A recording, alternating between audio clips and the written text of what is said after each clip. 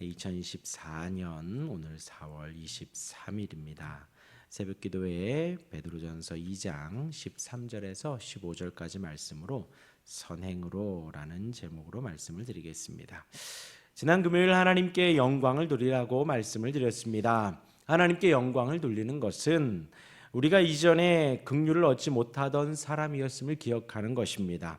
그리고 이제는 긍휼을 받은 자라는 것을 고백할 때에 우리가 하나님께 영광을 돌리는 것입니다. 우리가 신앙생활하면서 항상 잊지 말아야 합니다. 우리가 이전에는 어떠했는지, 죽었었던 영혼이고 죄의 종 가운데 살았던 우리였음을, 그런데 그러한 우리를 구원하사 하나님의 자녀가 되게 하시고 이제는 긍휼을 얻은 자라고 고백하는 것입니다. 두 번째로 하나님께 영광 돌리는 것은 우리가 나그네 임을 고백하며 이 땅에서 육체의 정욕을 제어하며 살아갈 때에 하나님께 영광을 돌릴 수 있다 말씀을 드렸고요. 마지막은 우리의 선한 행실로 하나님께 영광을 돌리라 했습니다. 그리고 제가 금요일에 두 가지 예를 들었는데 세례 요한의 설교 중에 한 부분을 말씀을 드렸고 예수님의 산상수훈의 말씀을 예로 잠시 들었습니다. 금요일 설교를 참고해 주시기를 바라고요. 오늘은 하나님께 영광 돌리라는 말씀에 이어지는 말씀입니다. 이제 선행으로라는 제목을 넣었지만 하나님께 영광을 돌리라 두 번째 시간으로 보셔도 될 것 같습니다. 베드로는 어떻게 하나님께 영광을 돌릴 수 있는가를 더욱더 구체적으로 말씀하고 있습니다. 우리 한 절씩 보면요. 먼저 13절에 베드로는 우리가 살아가는 모든 인간의 제도를 주를 위하여 순종하라라고 말하고 있습니다. 더하여 위에 있는 왕에게 순종하라고 권합니다. 우리가 살아가는 이 모든 사회에 공직에 권세를 행하는 자, 그 이하의 모든 관원들에게 이제 14절까지 보면요, 관원들에게 순종하라, 복종하라 그렇게 말을 하고 있습니다. 이런 가르침은 바울이 전했던 것과 또 맥을 같이 합니다. 로마서 13장 1절에 보면 각 사람은 위에 있는 권세들에게 굴복하라. 권세는 하나님께로 나지 않음이 없나니 모든 권세는 다 하나님의 정하신 바라 라고 했기 때문이죠. 오늘 말씀과 보면 왕이 그 자리를 차지한 것은 우연이다 아니다? 아니다. 우연이 아니라 하나님의 섭리 때문임을 알아야 합니다. 우리가 잘 기억해야 합니다. 지금 이 사람이 그 권세를 어떻게 누리는 가운데 어떻게 권세를 가졌는가, 무슨 이유로 그 자리에 올랐는가, 사실 우리가 그것을 묻는 것은 사실 성경적이지는 않다는 거예요.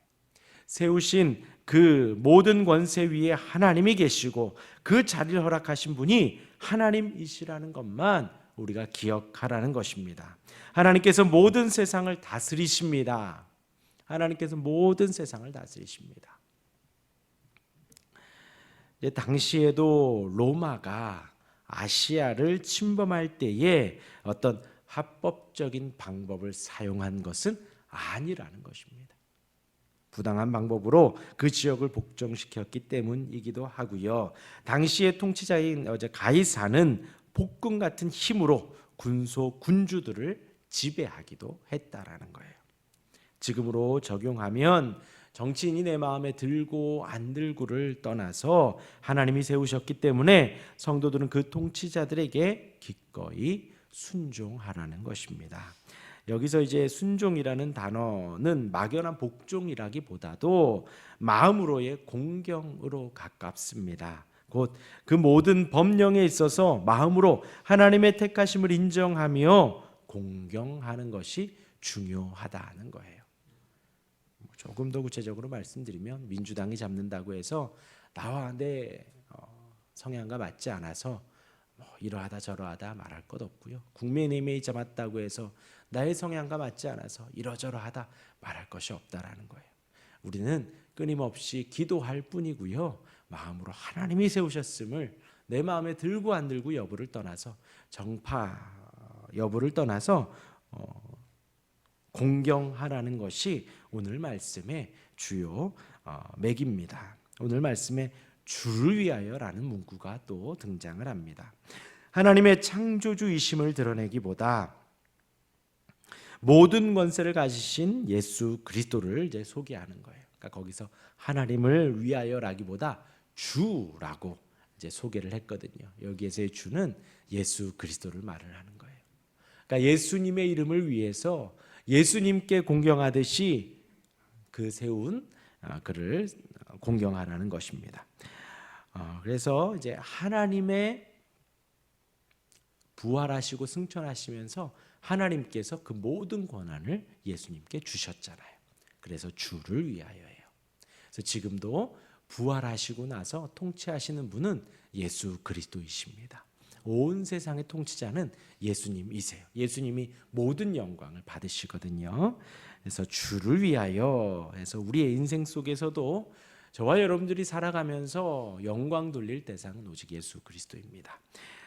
우리가 높이고 의지해야 할 분, 우리가 평생 의지해야 할 분도 예수 그리스도이십니다. 그것을 베드로가 다시 한번 선포하는 거예요.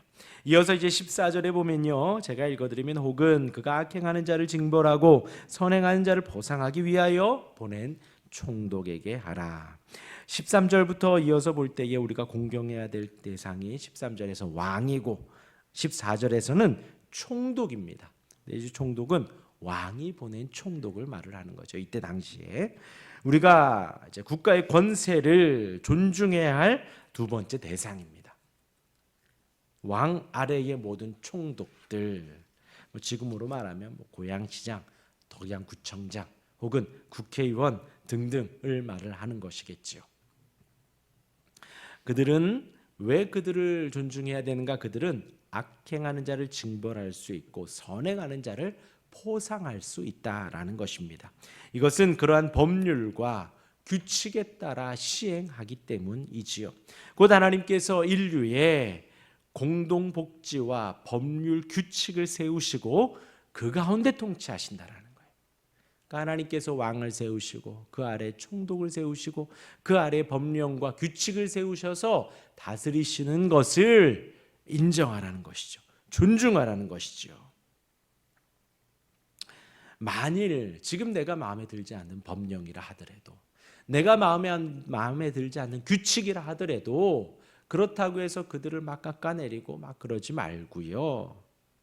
만일에요, 그러한 것들이 내 마음에 들지 않으니 혹 무정부 상태다, 혹은 저런 법령 자체가 없다 하는 것보다는 낫다라는 거예요. 그러니까 하나님께서 공익을 위하여 이러한 것들조차 세우지 않으셨다면 분명 나라는 더욱 불공평해지고 더욱 잔인해진다라는 거예요. 하나님은 총독을 세워서 사회 질서와 안녕을 도모하고 있다라는 것입니다. 그것을 믿는 거예요. 그것을. 만약에 비상식적이고 폭력적이고 비성경적인 제도 혹 내가 원하지 않는 정책을 남발하며 통치한다면 순복할 필요가 없지 않는가?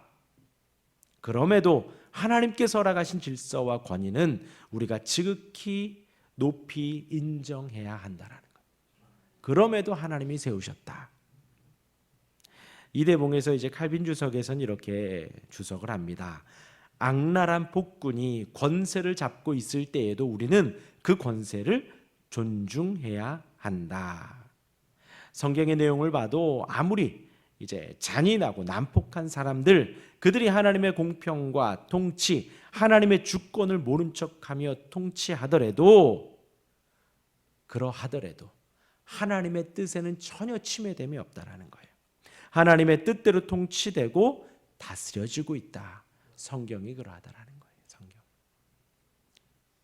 그 모세 때에도 어린아이들을 살해하는 정책이 펼쳐졌고요. 예수님 때에도, 예수님 태어날 때에도 어린아이를 살해하는 정책이 시행됐습니다. 그러함에도 하나님의 뜻에는 전혀 침해를 받지 않았다라는 것이죠. 그 모든 것보다도 그들의 죄와 악이 우리가 보기엔 너무나도 커져 보인다 하더라도 하나님의 의와 공평, 하나님의 다스림과 통치가 그보다 더 크고 위대하다라는 거예요. 이 세상에 하나님을 대적할 사람 존재는 없다라는 것입니다. 또한 이제 계속해서 어떤 제도이든 그것이 아무리 변질되고 부패했다 하더라도 그것이 무정부 상태보다는 더 낫고 유익하다. 칼빈이 이렇게 주장을 합니다.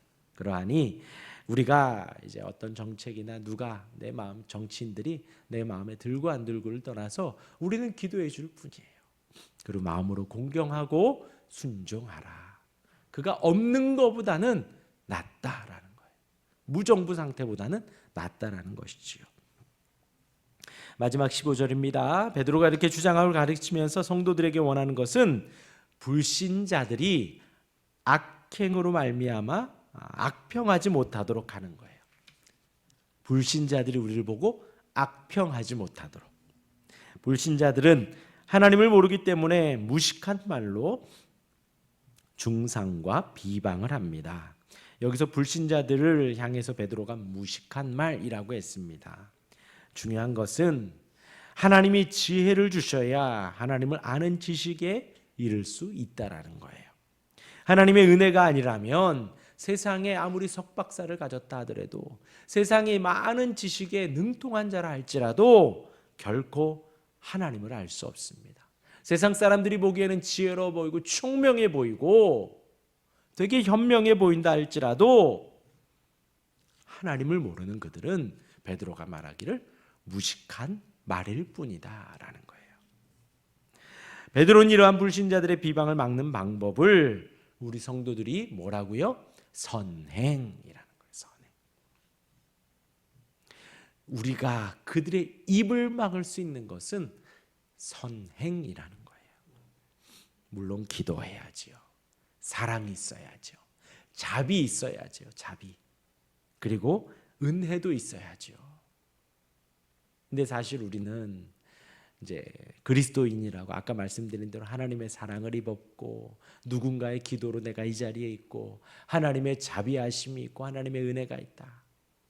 사실 이건 눈에 보이지 않아요. 눈에 보이지 않아요.